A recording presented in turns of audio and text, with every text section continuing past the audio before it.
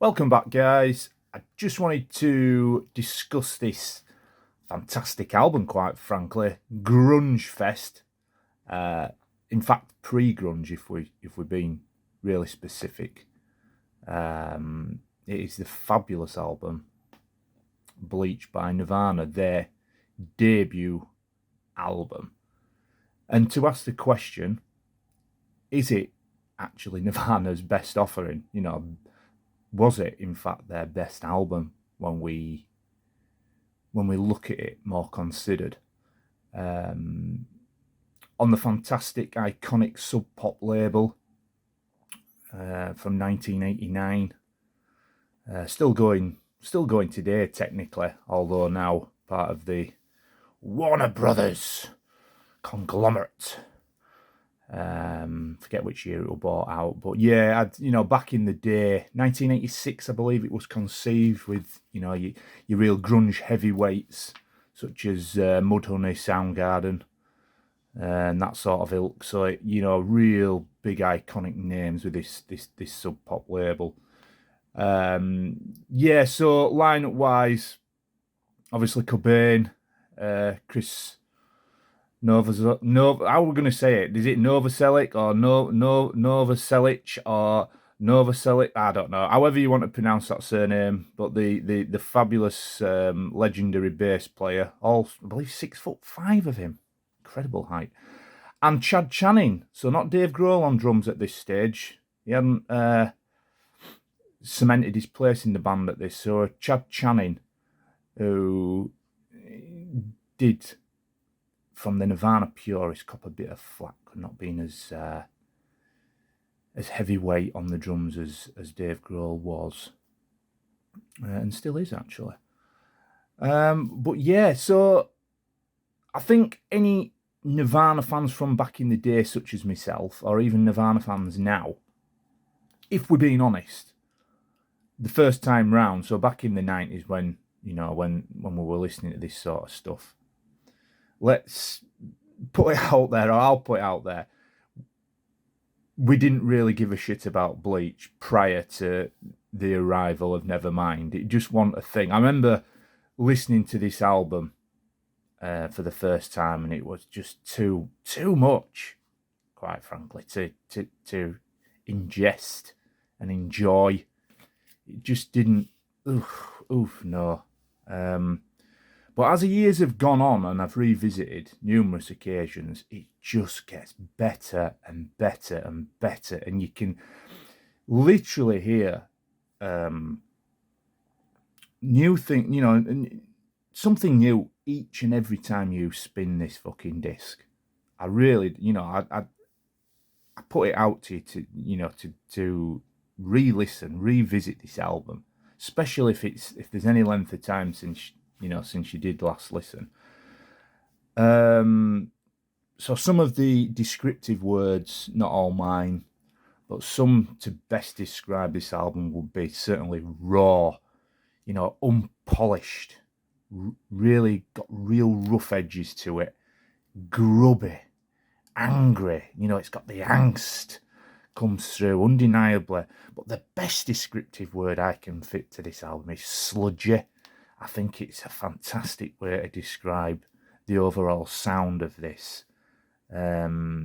So many, anecdotes and stories behind this album. It were written very, very quickly. Some of the songs existed from the original EP, such as Love Buzz. The first that single off this album wasn't originally included. That was on the EP and then later dropped into the album. But apparently he wrote the lyrics in the best part of 11 hours. Some actually were unfinished and completed on the way to do the recording itself.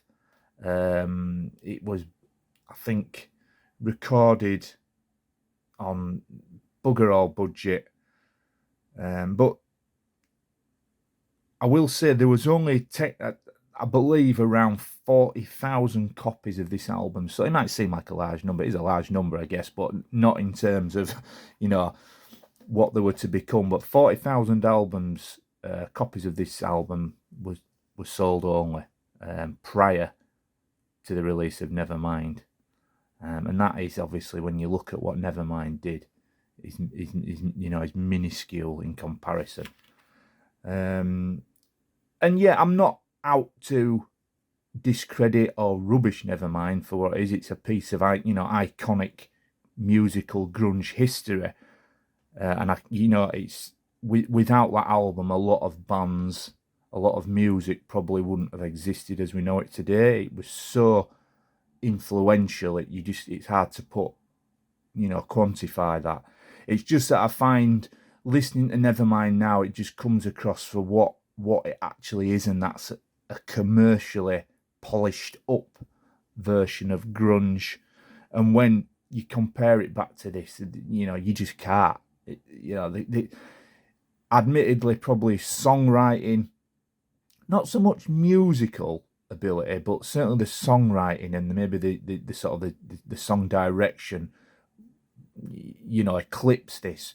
But what this offers up prior to that is just so fucking amazing. It really is. And like I say, this isn't even grunge. This is something more. It's pre-grunge. Grunge was not a thing, really, or recognised as a genre. I mean, it's heavily influenced by Mudhoney. That is undeniable. The lyrics, certainly obviously standout track back then for me, and even now, Negative Creep. That is Mudhoney all day long. But yeah, just so new. Like I say, you've got to remember this is 1989. We were still in the heavily deep-seated, deep-rooted into the hard rock thing. Grunge was brand new, absolutely brand new. And we were only just sort of getting to know what that was. But yeah, it's just, I was looking back last night as well, and I couldn't believe it when I found out that Nirvana actually played Bradford University in November 1991. And what we're even more gutting is around that exact time is when I'll have been seeing bands. So I was desperately racking my brain as to what I was doing then and why I wouldn't have gone to this gig, because I went to so many gigs, especially at the Bradford Uni, we call it refectory. They had different, I think this were at the communal hall though, not at the refectory. I mean, I remember seeing Stereophonics before they were even signed there. I've seen I've seen Pearl Jam, but for some reason I'd missed Nirvana back then, and I can't work out why. There must have been a decent reason. But yeah, I mean, just, if you do get a chance, and if you've got this, that's absolutely peanuts. Obviously, this is the Geffen, the Geffen re-release, but you've got the Sub Pop logo down there. But the tracks are just so, even now, hardcore in terms of, the brutal rawness of how they come across. Some people even now, it could be too much to stomach, but for me, it's grown massively over the year, and you can just see, it's like looking through the looking glass into Cobain's mindset. Even then, I mean, a lot of the tracks are about him, about his girlfriends, about how his view on life at the time, and you can just see, he was quite a messed up individual even then. But I'm not going to go through each and every one. But the standout ones for me: Floyd the Barber, obviously about a girl. That's, as I say, about his girlfriend. Love Buzz, Negative Creep, the very underrated track Swap Mate. I love that. Mr. Mustache. They're all classics. They're all classics. But yeah, just check this out, and sort of, if you are familiar with this album, or indeed Nirvana, drop some comments and see if you, let me know if you agree with, was this technically their best album, their debut, when they were at the most innocent, if you like. I mean, let's let's also mention that when they moved on to releasing Utero, they, for the main part, reverted back to this a similar sound, albeit not as stripped back. But certainly in terms of how that music was delivered, the very, it was certainly a big step away from the commercial sounding Nevermind, and the general consensus is that they was trying to recapture what this album did, or the sound that was produced. But yeah, just let me know what you think. Fantastic, and like I say, you can pick this album up for like £2.50, and it is a true gem of musical history.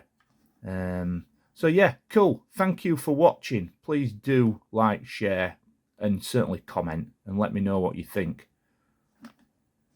See you soon, guys.